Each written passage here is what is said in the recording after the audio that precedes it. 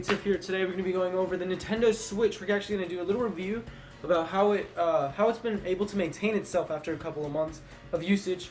I don't think really anyone has done that. I think people only mainly do videos about like opening and stuff like that. So I wanted to try something different, let you guys know how it's been working after a couple of months. It's actually doing really well. So basically, what came in the box. Let me actually tell you the story on how it all started. It was my birthday, May 15th. Mostly family members were invited to this little get-together I had, and they all pitched in. They all pitched in a little bit of currency, and thankfully enough, I was able to have enough to buy my Switch. The only problem was, since this is still a problem occurring to this day, I had to find a Switch because usually people would go out and buy them. They keep getting out of stock. It was really hard to find. I did find mine at Walmart, and it was the cool neon colors. So not only did I find that, actually, when you get the Switch, okay, please, if you even get your hands on it. I mean, I don't mean to put any of you down, but it's really difficult to find. Yeah, 4 months after its release, it's still hard to find. You need to get a game for it. It's really not much you can do.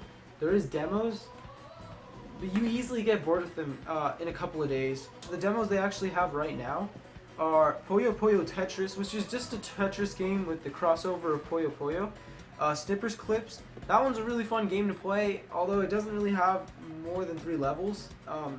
If you do get a Switch, you'll understand what I mean by that.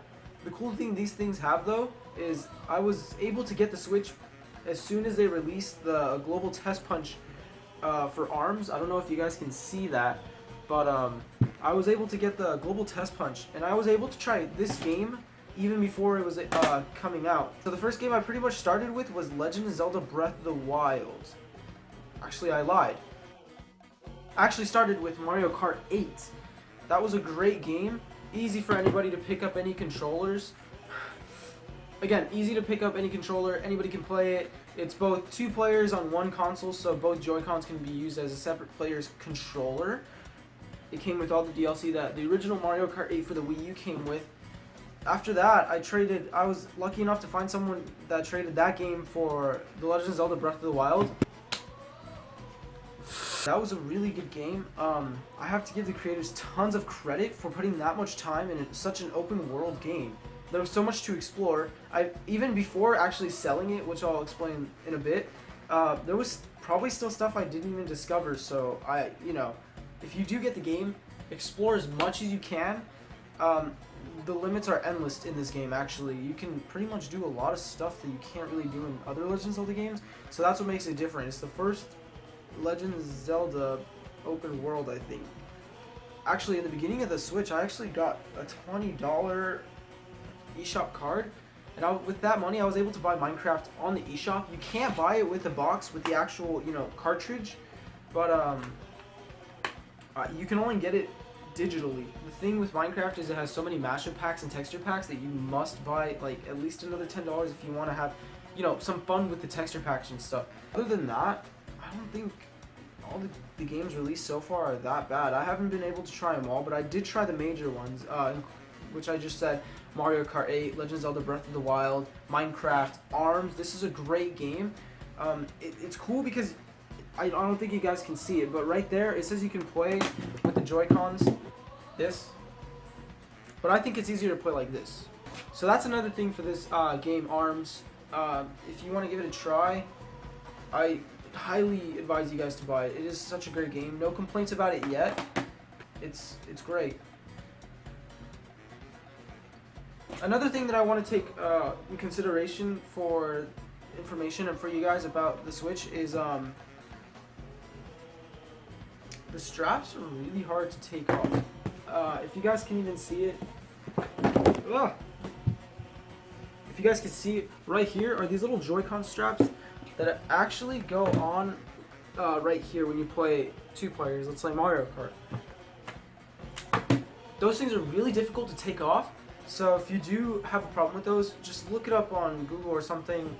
Get that taken care of easy. Don't try to rip it off or you'll damage your Switch, which is pretty bad. Let's just say it's pretty bad.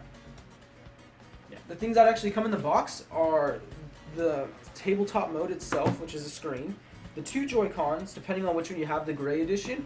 Instead of red and blue, it would actually just be gray. Mine's thankfully came in the red and blue edition. 2 Joy-Con straps that you can attach, an official Nintendo HDMI cable, which is really cool, a charger, a Pro controller. It's not really a Pro controller. It's actually this controller right here. What I do recommend is you try this out before, this type of controller with your Joy-Cons, before you go out and buy a Pro controller, because I've heard so many people say stuff like, "This sucks. Why did I even buy this? It wasn't." But then others are saying, "You know what? This isn't that bad actually. This is actually really cool actually. I didn't even need to spend like $40." But yeah, overall it's really good. After about a month of use, it's actually containing its state really well. Do be careful with this though. This is really flimsy, and actually under this, if you're able to see that, is where the SD card goes, which is really convenient for Nintendo, but kind of scary because what if you want to put tabletop mode in like an airplane or something and it falls out? The speakers are right here. The cooling fan for this for the unit inside is actually right here. If it gets too hot, you can actually hear it and you can actually feel it. The game card goes in here actually. I'm actually going to take this out so I can show you guys how a game card actually looks. And yes, it actually does taste bad. So don't lick it.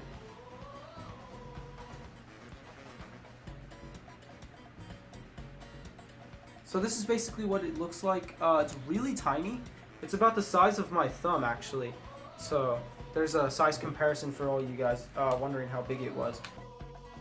If you're interested in buying a Switch, places that have them will either be Best Buy, Walmart, Supercenter only. Don't call the other Walmarts because they'll get all mad and cranky and say like, "Oh, you need to call Supercenter," and it's like, okay, thank you. Best Buy, I think I said that. Toys R Us has them. I think Best Buy restocks every week, so watch out for that if you are interested in a Switch. And the receipt actually helps with the warranty, I think, so watch out for that. And then here is actually a little cool description on how to take off the Joy-Cons, how to power it off, how to charge it, customer service right there. When attached to the Nintendo Switch console, the Joy-Con batteries will also charge. So that is also another great feature that Nintendo has been able to add into the new console. And so far it's actually been really well. There's been no complaints of this at all. Do not get rid of this thing right here. That will disqualify your 1-year warranty with Nintendo. Let's say it's having factory problems. You're kind of fucked after that. So please do not try to scrape that off. But anyways, I hope you guys enjoyed the video. Remember to rate the video, comment the video, and please tell everybody you know to subscribe to this channel. I really want to continue on making more videos kind of like this. I don't really know what necessarily I do. Thanks for watching the video, guys. Have an amazing day. Oh, that voice crack was terrible.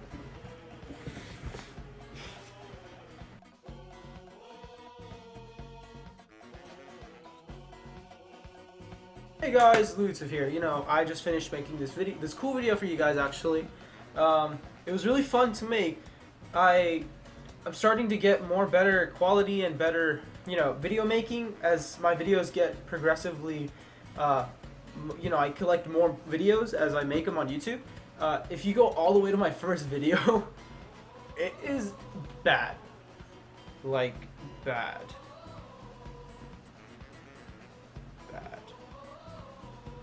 I wouldn't be chaining up with all the luxury of all these YouTube stuff I have without you guys. You guys are my main supporters, and what I'm gonna start doing is I'm actually gonna start a Patreon account so you guys can actually, support me and help me become a bigger YouTuber than I already am. 130 subscribers may not be a lot to much people, but to me it seems like I'm talking to at least 3 classrooms. That's how much basically people are watching. So it's a huge honor to see you guys, watch my videos. It makes me feel awesome. I love doing these YouTube videos for you guys. It's something I definitely want to keep doing for the rest of my life, even if I have other, careers that I need to do. In the future, I definitely will want to make time to make more YouTube videos for you guys. And who knows, by when I have an actual job and finish college, I could have the equipment to record the newest and latest and greatest stuff. So this is the kind of like a past me talking to my future me and the future subscribers. I can't wait to see what's in store in the future. I mean, it's gonna be great. But thanks for all the support you guys are doing. I mean, I wouldn't be here without any of you actually. So thanks for all the support, guys. You guys are the greatest. Again, have a great day. All right. Don't forget to subscribe. Thanks.